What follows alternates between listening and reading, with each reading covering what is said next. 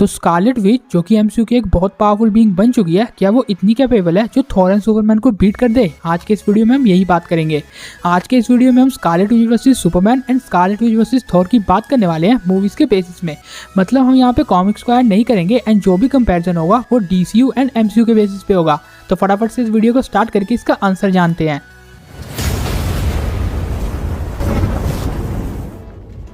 तो अब हम इस बैटल को स्टार्ट करते हैं। सबसे पहले बात करते हैं वांडा वर्सेस सुपरमैन की। तो सबसे पहले अगर हम स्कारलेट विच की बात करें तो उसके पास reality manipulation, hex magic, dark hold and chaos magic की पावर्स है। केओस मैजिक एक ऐसा मैजिक है जिसे एस्कार्डियन मैजिक से भी ज्यादा पावरफुल माना जाता है एंड मार्वल सिनेमैटिक यूनिवर्स के अंदर जो सबसे पावरफुल मैजिक है वो भी यही है। तो स्कारलेट विच अपने मैजिक से एनर्जीज को मैनिपुलेट एंड एब्जॉर्ब तो कर ही लेती है, लेकिन ये अपने सराउंडिंग को भी बहुत अच्छी तरह यूज करती है टेलीकिनेसिस एबिलिटीज में इस एनर्जी को कन्वर्ट करके, जैसा ये थैनोस के खिलाफ कर रही थी। स्कारलेट विच के पास टेलीपैथिक एबिलिटीज भी है जिससे ये किसी के भी माइंड को कंट्रोल कर सकती है। प्रोफेसर एक्स के साथ भी इसने कुछ ऐसी ही गेम खेली थी, लेकिन जिन लोगों को ऐसा लगता है कि इसने थॉर के माइंड को भी कंट्रोल किया है तो ऐसा नहीं है, क्योंकि एज ऑफ अल्ट्रॉन का ये वाले सीन में इसने जस्ट थॉर को एक मिराज दिखाया था। माइंड कंट्रोल करने का मतलब होता है कि आप अपने सामने वाले बंदे से वो सब कुछ करा सकते हो जो आपके मन में हो, लेकिन स्कारलेट विच इतनी कैपेबल नहीं है कि वो गॉड ऑफ थंडर के माइंड को कंट्रोल कर पाए। लेकिन खैर इसके बावजूद इसके पास ड्रीम वॉकिंग नाम की एबिलिटी थी जिससे ये अपने अलग वेरिएंट्स को एक्सेस कर पाएगी जो कि अलग यूनिवर्स से हो। एंड सबसे इंपॉर्टेंट बात कि इसने इल्यूमिनाटिस को भी वैसे ही हराया। इल्यूमिनाटिस जिसको इसने इतने आराम से बीट कर दिया एंड अपने डिफरेंट पावर लेवल को शो किया। और इसी मूवी में इसने अलग अलग यूनिवर्सिटीज के डार्क होल्ड बुक्स को भी तबाह कर दिया था, जो बात प्रूव करती है कि वोंग की बात सच है कि वांडा कॉस्मोस में राज करने के लिए बनी है। लेकिन अब इन सब के बावजूद अगर हम इसके वीकनेसेस की बात करते हैं तो पहले इसके वीकनेस थी इसका ग्लास कैनन होना। ग्लास कैनन उन कैरेक्टर्स को कहा जाता है जो एक या दो पंच से ही नॉकआउट हो जाए, लेकिन अब वांडा ग्लास कैनन भी नहीं रही है क्योंकि अमेरिका सैवेज जिसके पंचेस से पोर्टल खुल सकते हैं एंड इस सीन में हम इसका इंपैक्ट देख सकते हैं। इन पंचेस से भी वांडा को कुछ नहीं हुआ था एंड एक खरोंच तक नहीं आई थी। एंड सेकंड बात कि वांडा जब यहाँ से यानी इसके मिरर डायमेंशन से एस्केप हुई थी तो उसने अपने बॉडी को मैनिपुलेट किया था, जिससे हम एक और बात क्लियर कर सकते हैं कि वांडा के पास रीजनरेशन की भी एबिलिटी है, क्योंकि डार्क होल्ड को इतने टाइम तक इसने स्टडी किया, मल्टीपल डार्क होल्ड्स को इसने रियलिटी से इरेज किया। ये बातें प्रूव करती है कि अगर वांडा को खरोंच वगैरह लग भी जाए तब भी उसकी बॉडी बहुत जल्दी रीजनरेट हो जाएगी क्योंकि उसके पास रीजनरेशन एबिलिटी है। तो अब हम नेक्स्ट अगर सुपरमैन की बात करते हैं तो 37 सालों तक इस बंदे ने सन के रेडिएशन को एब्जॉर्ब किया एंड मैन ऑफ स्टील का टाइटल अपने नाम किया। सुपरमैन की रॉ स्ट्रेंथ सचमुच बहुत कमाल किया क्योंकि इसने जनरल जोर्ड की नेक को ब्रेक किया एंड ऐसी शिप को इतने आराम से खींचा है। इसकी ड्यूरेबिलिटी का भी कोई जवाब नहीं है एंड इसके स्पीड एंड रिफ्लेक्सेस भी फ्लैश को टक्कर देते हैं। फ्लैश जो कि फास्टेस्ट मैन अलाइव है उसने अपने स्पीड एंड रिफ्लेक्सेस से मैच किया है, बट आप ऐसा मत समझना कि फ्लैश ने स्पीड ऑफ लाइट से ट्रेवल किया है तो सुपरमैन भी उतना तेज होगा, क्योंकि उस टाइम जब सुपरमैन ने इसे मैच किया था तो तब फ्लैश अपनी वो स्पीड शो नहीं कर रहा था। लेकिन इसके बावजूद सुपरमैन की स्पीड हमने एक और पॉइंट पे देखी जब इसने सेकंड्स में ही अफ्रीका कॉन्टिनेंट पार किया।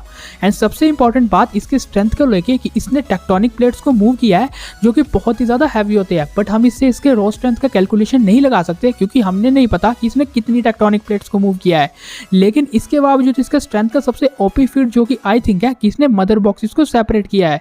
मदर बॉक्सेस जो कि डीसी के एक बहुत पावरफुल यूनिट है जिसे सेपरेट करना सचमुच बहुत बड़ी बात है। मदर बॉक्सेस का पावर मल्टी कॉन्टिनेंटल पावर के लेवल का बताया जाता है, तो आप सोच सकते हो कि इसकी स्ट्रेंथ कितनी कमाल की है। इसके अलावा इसके पास हीट विजन नाम का अटैक है जिसने इससे स्टेफन वुल्फ के सीन को भी काट दिया था।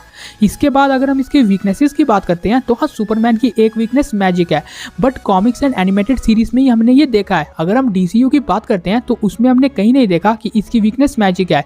अब इसका रीजन ये है कि सुपरमैन के सामने कोई ऐसा विलन आया ही नहीं है जो मैजिकल पावर्स को यूज करता हो, लेकिन तब भी हम ये कंसीडर करके चलेंगे कि सुपरमैन की वीकनेस मैजिक है।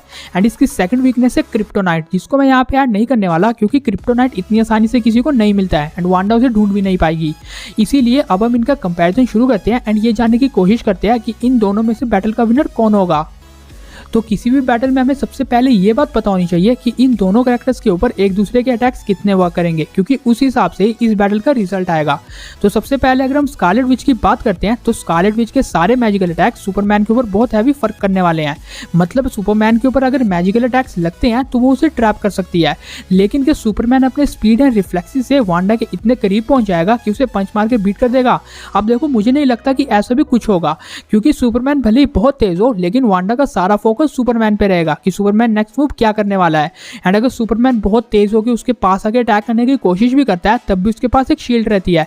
वांडा को अगर वो पंच लग भी जाता है, जो कि लगेगा भी, तो उसके बाद भी वांडा के पास रीजनरेशन की एबिलिटी है जिससे वो अपने आप को रीजनरेट कर सकती है। बट फैक्ट ये आता है कि सुपरमैन कंटिन्यूसली पंचेस टिकाएगा, लेकिन एक मोमेंट ऐसा आ सकता है कि इन पंचेस के भी स्कारलेट विच अपने मैजिक का यूज कर दे, जो कि सुपरमैन की वीकनेस भी है।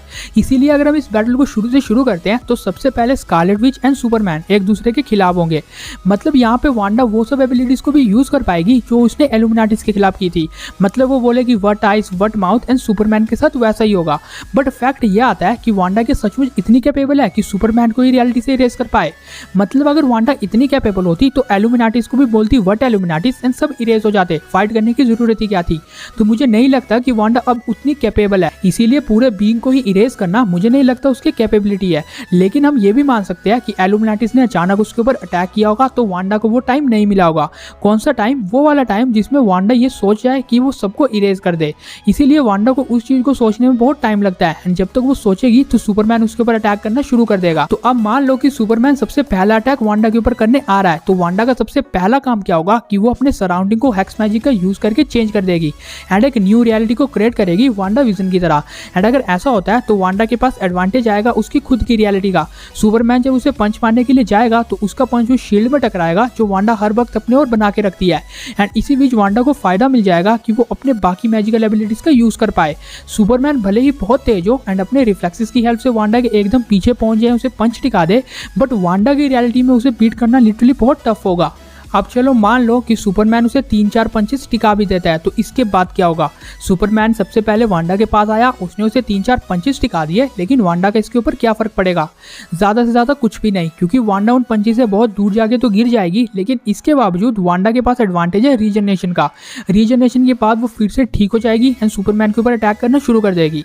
एंड अगर वांडा अटैक करना शुरू कर देती है तो अपने मैजिक की हेल्प से एंड रियलिटी मैनिपुलेशन से वो सुपरमैन को ट्रैप कर सकती है एंड उसके माइंड तक पहुंच सकती है, क्योंकि सुपरमैन की एक वीकनेस मैजिक है एंड केओस मैजिक की हेल्प से सुपरमैन को रोका जा सकता है। वो उसे डिफरेंट तरीके से ट्रैप कर सकती है एंड फिर उसके माइंड तक पहुंच सकती है। यानी ओवरऑल वांडा के बैटल जीतने के बहुत से चांसेस है। लेकिन अगर हम ये बात करते हैं कि सुपरमैन उसे अटैक करने का मौका ही ना दे तब क्या होगा? सुपरमैन कंटिन्यूसली भी उसके ऊपर अटैक कर सकता है, क्योंकि अगर वो पहला अटैक करे फिर कंटिन्यूसली वांडा के ऊपर टूट पड़े तो एक मोमेंट पे शायद वो वांडा को टेम्परेरी नॉकआउट कर सकता है, लेकिन वो जस्ट टेम्परेरी नॉकआउट होगा, क्योंकि वांडा फिर से ठीक हो जाएगी रीजनरेशन की एबिलिटी की हेल्प से। एंड इसीलिए वांडा अगर उसके बाद अटैक करने की कोशिश करती है तो वो सुपरमैन को रोक सकती है, क्योंकि जो बीइंग कॉस्मोस में राज करने के लिए बनी है वो किसका क्या ही हाल कर सकती है हमें इसका कोई अंदाजा नहीं है।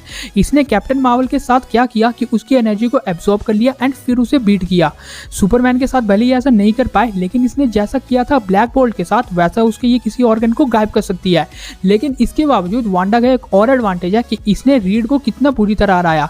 मतलब हाँ, अगर सुपरमैन इसके चंगुल में एक बार फंस गया तो ये अपने रियलिटी को बहुत आराम से मैनिपुलेट कर सकती है एंड अपने केओस मैजिक से उसे डिफरेंट वे में ट्रैप कर सकती है।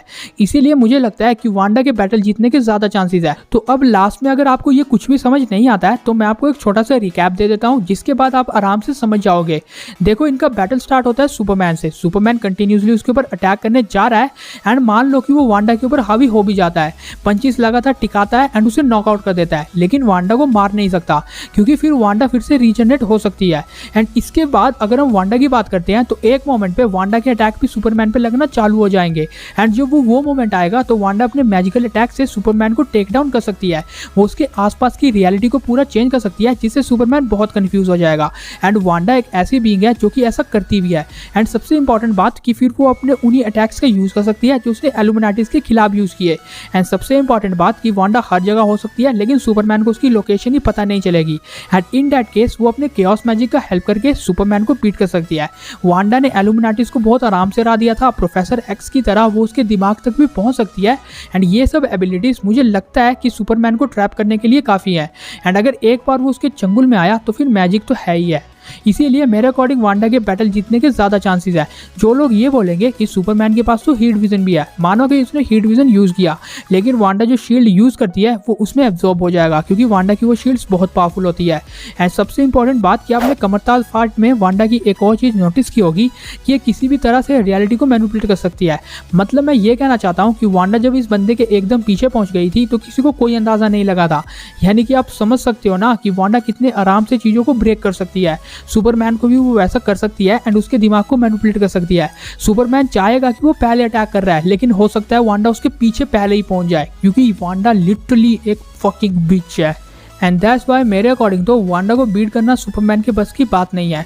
सुपरमैन के सारे अटैक्स वांडा के ऊपर मैक्सिमम फेल हो सकते हैं, बट अगर वांडा अटैक करती है तो वो सुपरमैन को ट्रैप कर सकती है बहुत तरीके से। और अगर हम बिल्कुल सेम इसी तरह स्कारलेट विच वर्सेस थॉर की बात करते हैं तो उस बैटल में भी ज्यादा चेंजेस नहीं आने वाले हैं, क्योंकि ये सेम चीजें थॉर के ऊपर भी अप्लाई होगी। भले ही वो लाइटनिंग मैनिपुलेशन का यूज कर ले, लेकिन जो उसके सामने शील्ड होगी वो उसे आराम से एब्सॉर्ब कर लेगी। फिर उसके बाद थॉर अगर पंचेस टिका देता है तो स्कारलेट विच की ड्यूरेबिलिटी बहुत कमाल की हो चुकी है एंड अपने रीजनरेशन से वो आराम से ठीक हो जाएगी। एंड इसीलिए वो थॉर के ऊपर मैजिकल अटैक्स का यूज करेगी, जैसा उसने एल्यूमिनाटिस के खिलाफ किया। मान लेते हैं कि थॉर के पास सबसे बड़ा की है उसको स्टॉर्म ब्रेकर। स्टॉर्म ब्रेकर एक ऐसा बींग है जिसने 6 इन्फिनिटी स्टोन्स को रेडिएशन को काउंटर किया है। मतलब हो सकता है कि वो वांडा की शील्ड को ब्रेक कर दे, लेकिन इसके बावजूद वांडा स्टॉर्म ब्रेकर के ऊपर भी कंट्रोल ले सकती है। मतलब मान लो कि थॉर ने स्टॉर्म ब्रेकर को यूज किया एंड उसकी शील्ड ब्रेक हो गई, लेकिन उससे स्टॉर्म ब्रेकर की स्पीड भी तो कम होगी एंड वांडा तक पहुंचने वो ज्यादा टाइम लेगा। एंड तब तक वांडा उसे अपने मैजिकली यानी टेलीकिनेसिस एबिलिटी से कंट्रोल कर लेगी एंड दूर फेंक देगी, क्योंकि स्टॉर्म ब्रेकर ऐसा है जिसे कोई भी उठा सकता है। इसलिए हम ये नहीं भूल सकते कि वांडा के पास कमाल की टेलीकिनेसिस पावर भी है। थॉर के स्टॉर्म ब्रेकर भले उसकी शील्ड को ब्रेक कर दे, बट वांडा टेलीकिनेसिस एबिलिटी से उसे दूर कर सकती है। थॉर उसके ऊपर कंटिन्यूसली अटैक करने आ जाए, लेकिन जैसा उसने सुपरमैन को मैजिकली ट्रैप किया वैसा वो थॉर के खिलाफ भी कर सकती है। थॉर मैजिक को बहुत कम समझता है, जो हम लोकी के केस में भी देख चुके हैं, एंड ये तो स्कारलेट विच है। And believe me, Thor and Superman अगर ये इकलौते वांडा से लड़ने के लिए आते हैं तो स्कारलेट विच इन दोनों को बीट कर देगी। एंड अब लास्ट में जो मैं आपको बात बताने वाला हूँ वो आप समझ लो तो आपको कंपैरिजन अच्छे से समझ आ जाएगा। देखो, आपको और हमको ये बात साफ पता है कि थॉर एंड सुपरमैन कैसे कैरेक्टर्स हैं। मतलब ये दोनों ऐसे कैरेक्टर्स हैं जो मैजिक के खिलाफ बहुत बार स्ट्रगल करते हुए दिखे हैं। सुपरमैन की तो वीकनेस ही मैजिक है एंड स्कारलेट विच उसका ही फायदा उठाएगी। एंड दूसरी ओर थॉर है यानी God of thunder. God of thunder का टाइटल तो भले इसके पास है, लेकिन मैजिक के खिलाफ इसके बहुत सी वीकनेसेस हैं। देखो, लोकी भी इसे बहुत बार उल्लू बना चुका है एंड डॉक्टर स्ट्रेंज ने भी बहुत बार इसका काट दिया था थॉर रैग्नारोक में। यानी ओवरऑल हम ये कह सकते हैं कि थॉर को मैजिकली तरीके से उल्लू बनाना कोई बड़ी बात नहीं है। And in case of Superman भी बिल्कुल ऐसा ही है, क्योंकि इन दोनों बीइंग्स ने ऐसे क्रिएचर से ज्यादा फाइट नहीं किया जो मैजिकली या मेंटली बहुत स्ट्रॉन्ग हो। तो इसीलिए लास्ट में मैं बस इतना कहूंगा कि उन सब एबिलिटीज से जो स्कारलेट विच ने एल्यूमिनाटिस के ऊपर यूज किए वो थॉर एंड सुपरमैन को बीट कर सकती है। एंड थॉर एंड सुपरमैन अगर सिंगल इससे बैटल करने के लिए आते हैं तो वांडा बैटल को जीतेगी, लेकिन अगर ये दोनों साथ में आते हैं तो तब इनके जीतने के ज्यादा चांसेस होंगे, क्योंकि मैंने आपको पहले भी बताया था कि वांडा जब थॉर से लड़ रही होगी तो उसका पूरा फोकस थॉर पे होगा, एंड जब वो सुपरमैन से लड़ रही होगी तो उसका पूरा फोकस सुपरमैन पे होगा। इसीलिए वो इन दोनों को बीट कर पाई। लेकिन जब ये दोनों साथ में आए तो ये किस कैरेक्टर के ऊपर फोकस देगी एंड कौन सा कैरेक्टर अपना काम कर जाएगा पीछे से, ये किसी को पता नहीं है। इसीलिए मैं ये बोल रहा हूँ कि स्कारलेट विच इन दोनों कैरेक्टर्स को सिंगल हैंडली तो बीट कर देगी, यानी इस बैटल की विनर स्कारलेट विच हुई। एंड अगर हम थॉर वर्सेस सुपरमैन के कंपैरिजन की ओर बात करते हैं, जो कि ये वीडियो का टाइटल वैसे है भी नहीं है क्योंकि मैंने इसका कंपैरिजन ऑलरेडी किया है, आई बटन पे आप इस वीडियो को देख सकते हो, लेकिन फिलहाल मेरे अकॉर्डिंग इस बैटल की विनर स्कारलेट विच है। बाकी अगर मुझसे कोई डिटेल मिस हो गई है तो कमेंट जरूर कर देना। आपका फेवरेट कैरेक्टर कौन है कमेंट में जरूर बता देना। ये वीडियो पसंद आया होगा तो वीडियो को लाइक एंड शेयर जरूर कर देना। चैनल को सब्सक्राइब मार के बगल वाले बेल आइकन को जरूर ऑन कर देना। Thanks for watching.